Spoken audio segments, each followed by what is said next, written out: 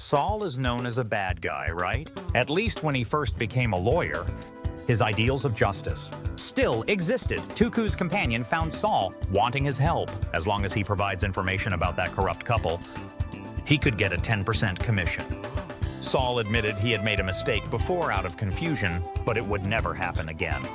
When he saw Saul returning, he warned him not to mention this to anyone, then wrote down his phone number. He told Saul to think it over and call him anytime at night. Saul was always worried about the safety of that couple. His conscience told him he had to do something. Saul called his ex-girlfriend Kim. She is now the attorney for that couple. Saul hinted to her that the family might be in danger. Immediately, she realized she had misspoken.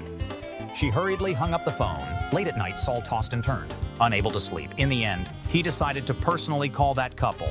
He pulled a hard tube from the tissue paper.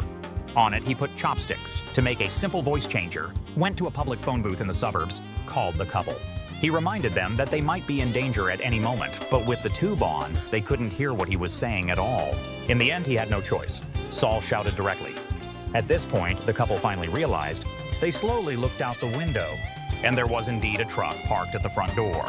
Sure enough, the next day, the couple and their 2 children just vanished into thin air, and the house was ransacked. The police initially judged this to be a kidnapping. Soon, Saul was called to the police station. Officer pointed to the person inside. He said, "You're his lawyer. Go in and talk to him." Once inside, Saul realized, wasn't this an accomplice of the gallery? He quickly asked the other person, "Where did you take that family? Are they still alive?" Surprising Saul caught off guard. The man said he didn't do it himself. That night, she just went to scout the place. He didn't have time to act. They just disappeared, and if Saul didn't hurry to get himself out, if the police found out about the man's other business, Saul requests a re-examination of the crime scene. They must have missed some important clue. Sure enough, Saul found a problem in the room. The doll that the girl was holding in all the photos had also disappeared.